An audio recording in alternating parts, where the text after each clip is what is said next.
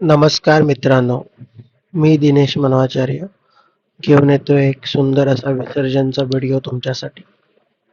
Youngster क्रीडा मंडळाच्या माध्यमातून आम्ही दरवर्षी माघी तसेच भाद्रपद मासातील विसर्जन सोहळा पार पाडत असतो. त्यामधील एक मालाडची ऑर्लेमची एक मूर्ती आहे, जी राजन झाड हे मूर्तिकार यांनी घडवलेली आहे.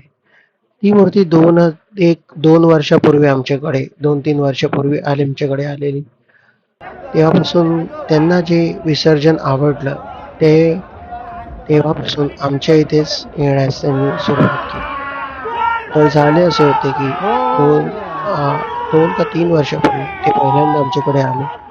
त्यावेळी त्यांनी मूर्ती घेऊन आलेले तेव्हा ती एका लोखंडी टेबलावर बसवलेली मूर्ती होती. जे राजन झाडे तशीच मूर्ती बनवतात.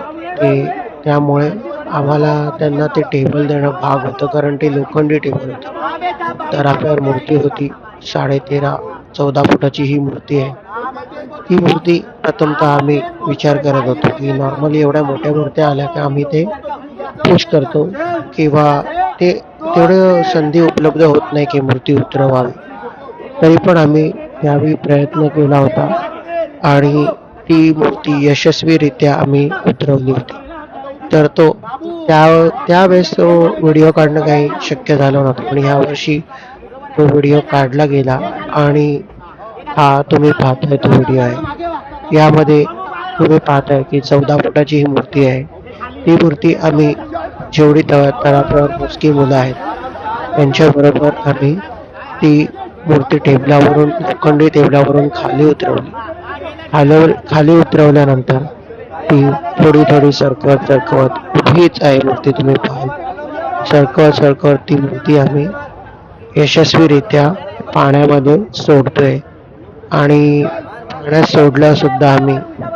जसे छोट्या मूर्त्यांची आपण 1, 2, 3 असे मोजून विसर्जन करतो, तसंच विसर्जन आम्ही ह्या 14 फुटाच्या मूर्तीचं केलंय. ही मूर्ती जशी शक्य होते, ज्याचे खाली नटबोल्ट्स असतात, ते नटबोल्ट खोलून ही मूर्ती उतरवता येते आणि त्यासाठी खाली जे नटबोल्ट होतात ते खोलून आम्ही उतरवली. अशाच काही मूर्ती जसे की आमच्या विभागातील चारकोपचा राजा, एकतानगरचा राजा, या सिमिलर अशा मूर्त्या असतात, ज्या आम्ही अशा उतरवून विसर्जन करतो. असं विसर्जन कदाचित तुम्ही पाहिलं नसेल, ते नक्की पहा आणि तुमचा आम्हाला अभिप्राय द्या. तसंच लाईक आणि सबस्क्राईब करायला विसरू नका.